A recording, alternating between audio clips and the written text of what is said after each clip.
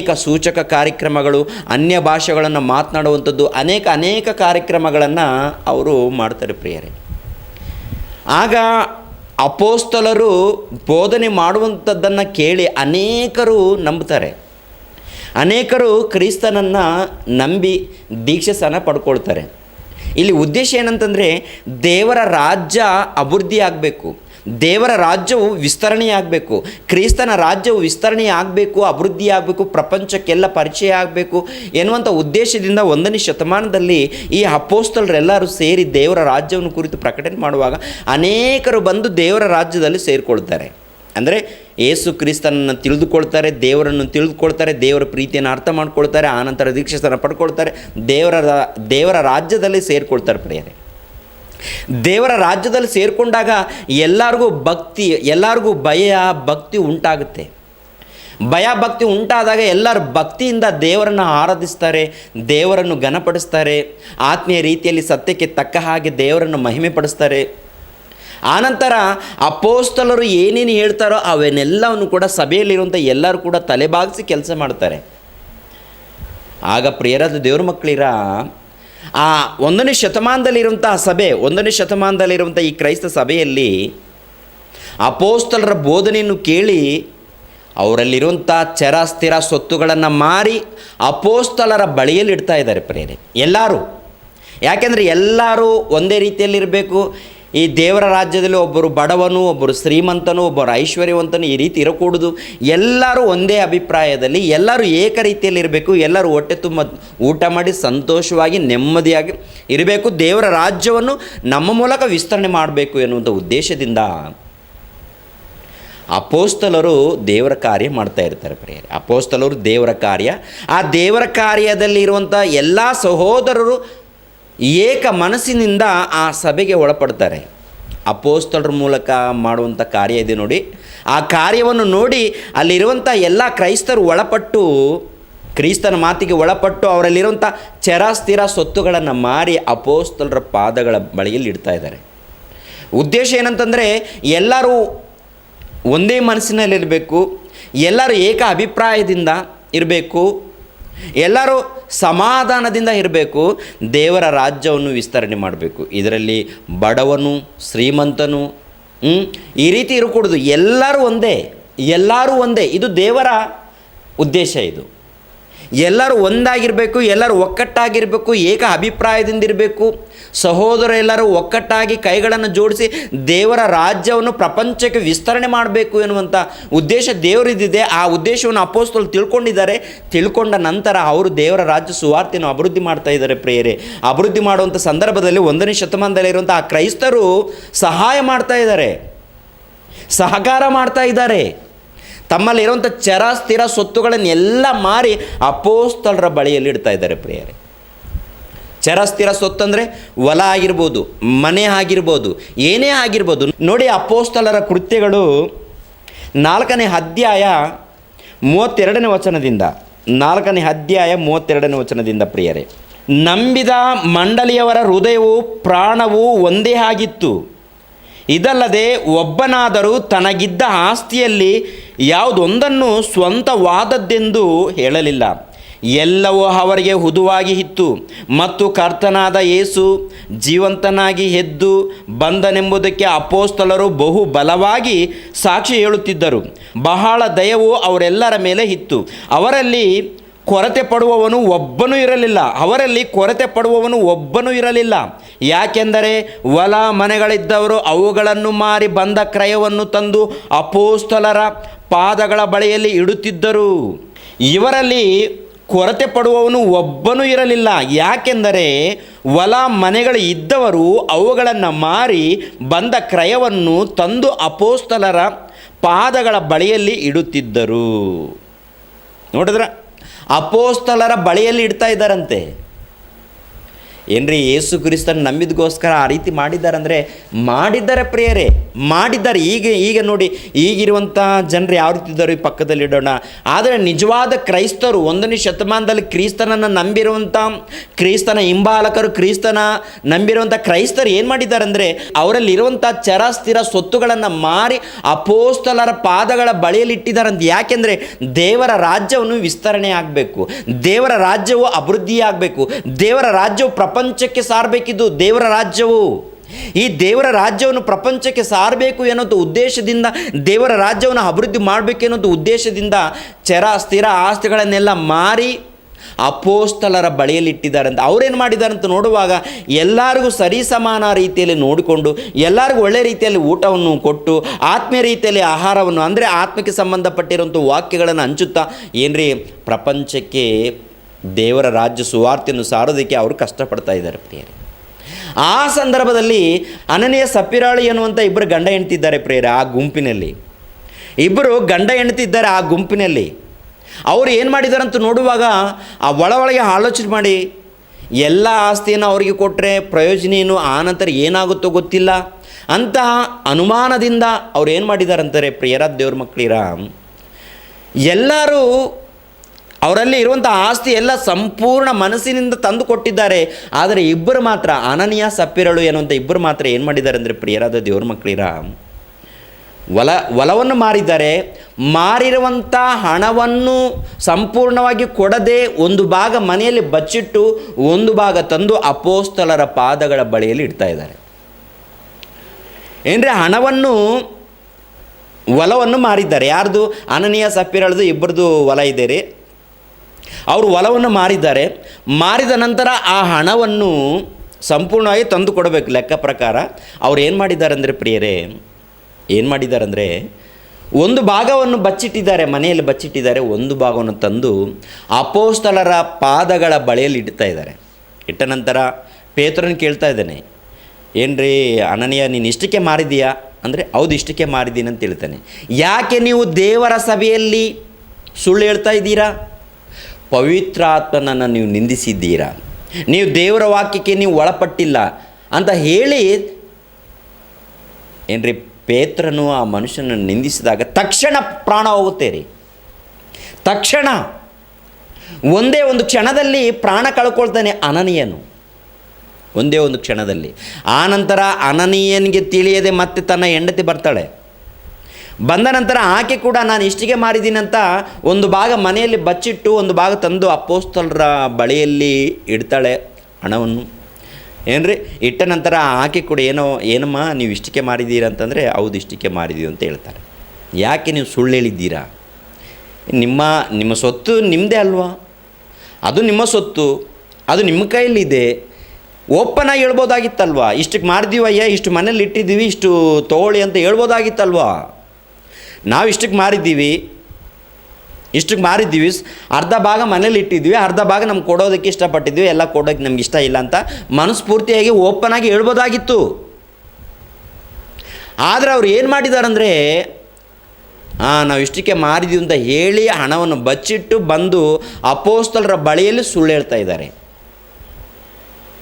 ಸಪ್ಪಿರಳು ಕೂಡ ಏನಾಗ್ತಾಳೆ ಅಂದರೆ ಪ್ರಾಣ ಕಳ್ಕೊಳ್ತಾಳೆ. ಯಾಕೆಂತ ನೋಡುವಾಗ ಸುಳ್ಳು ಹೇಳಿದ್ಗೋಸ್ಕರ ತಕ್ಷಣ ಏನಾಯಿತು, ಅವರ ಪ್ರಾಣ ಹೋಯಿತು. ಪ್ರಾಣ ಹೋದ ನಂತರ ಎಲ್ಲಿಗೆ ಹೋಗ್ತಾರೆ? ಬೆಂಕಿಯ ಕೆರೆಗೆ. ಏನ್ರಿ, ಚಿಕ್ಕದು ಸುಳ್ಳು ಅಂದರೆ ಚಿಕ್ಕದು ಅಂದ್ಕೊಳ್ತಾ ಇದ್ದು, ಸುಳ್ಳು ಮಾತುಗಳಂದರೆ ಬಹಳ ಚಿಕ್ಕದ್ದು ಅಂದ್ಕೊಳ್ತೇವೆ. ದೇವರ ಸನ್ನಿಧಿಯಲ್ಲಿ, ದೇವರ ಸಭೆಯಲ್ಲಿ ಅನೇಕರು ಸುಳ್ಳು ಹೇಳ್ತಾ ಇರ್ತಾರೆ ಪ್ರೇಯರ್, ನಾನು ಅದು ಮಾಡ್ತೀನಿ, ನಾನು ಇದು ಮಾಡ್ತೀನಿ, ನಾನು ಅದು ಮಾಡ್ತೀನಿ ಅಂತ. ಏನ್ರಿ, ದೇವರ ಸನ್ನಿಧಿಯಲ್ಲಿ ಸಿಕ್ಕಾಕೊಳ್ತಾರೆ ಇವರು. ದೇವರ ಸನ್ನಿಧಿಯಲ್ಲಿ ದೇವರ ರಾಜ್ಯದಗೋಸ್ಕರ ದೇವರ ಸೇವೆ ಮಾಡಬೇಕು, ದೇವರ ರಾಜ್ಯವನ್ನು ವಿಸ್ತರಣೆ ಮಾಡಬೇಕು, ದೇವರ ಕೆಲಸ ಮಾಡಬೇಕು ಅಂತ ಯಥಾರ್ಥದಿಂದ ಭಕ್ತಿಯಿಂದ ನೀನು ಸೇವೆ ಮಾಡಬೇಕು.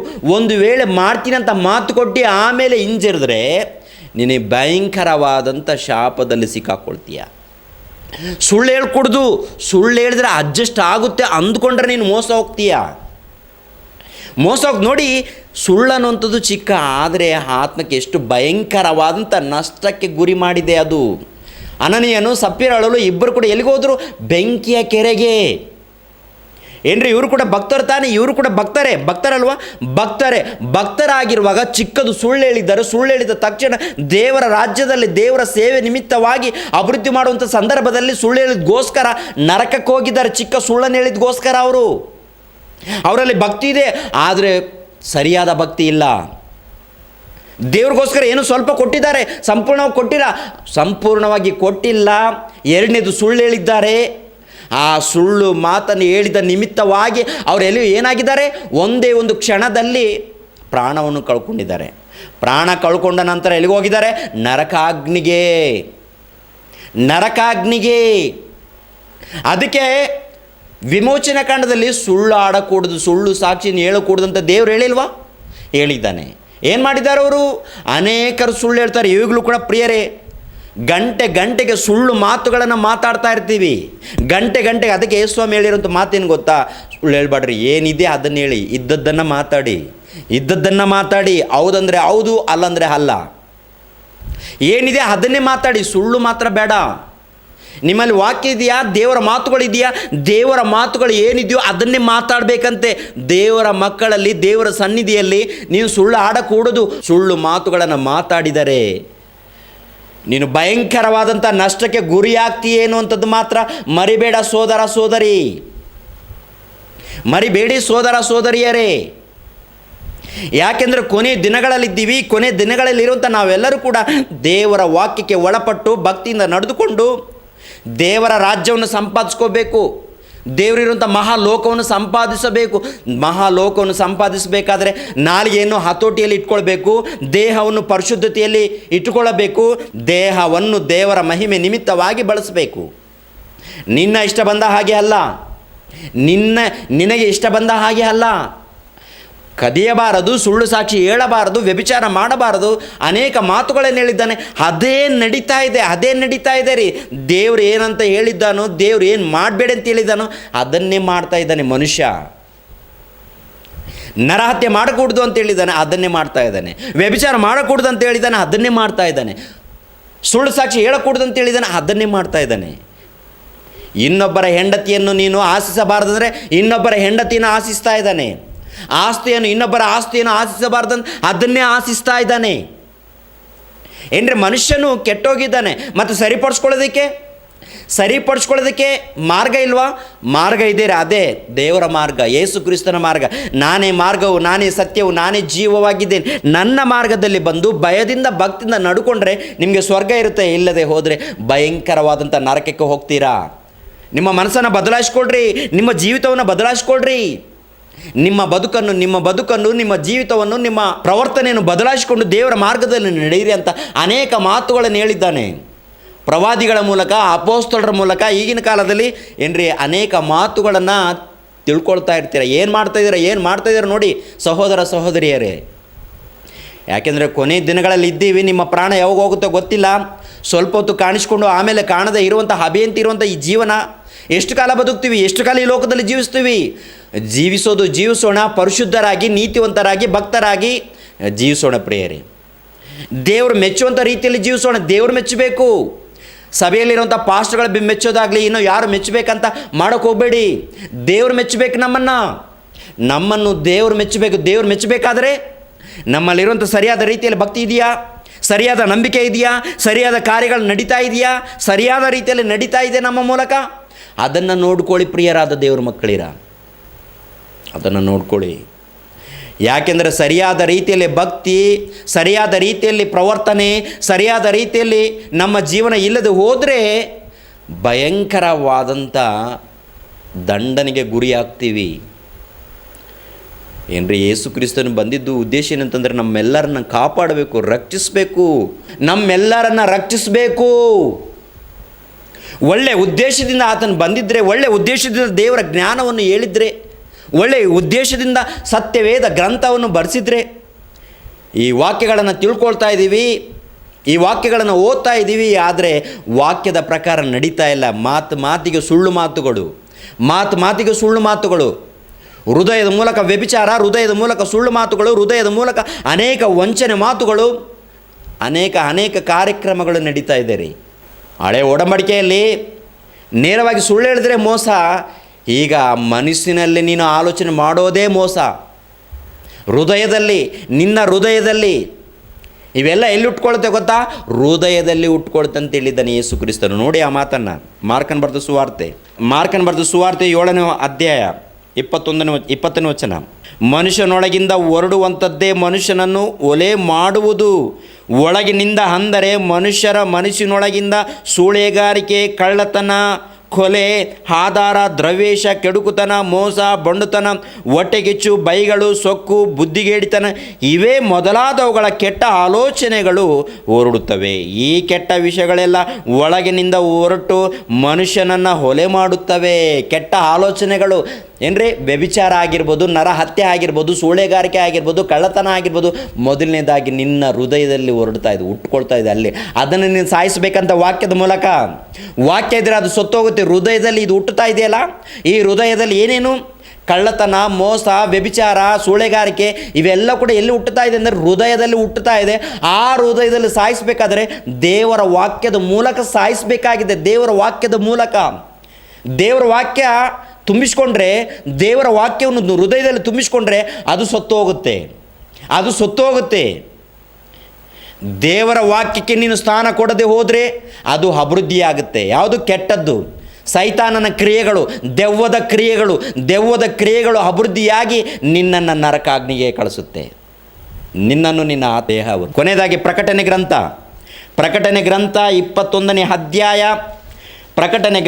21ನೇ ಅಧ್ಯಾಯ 8ನೇ ವಚನವನ್ನು ನೋಡಿ. 8ನೇ ವಚನ.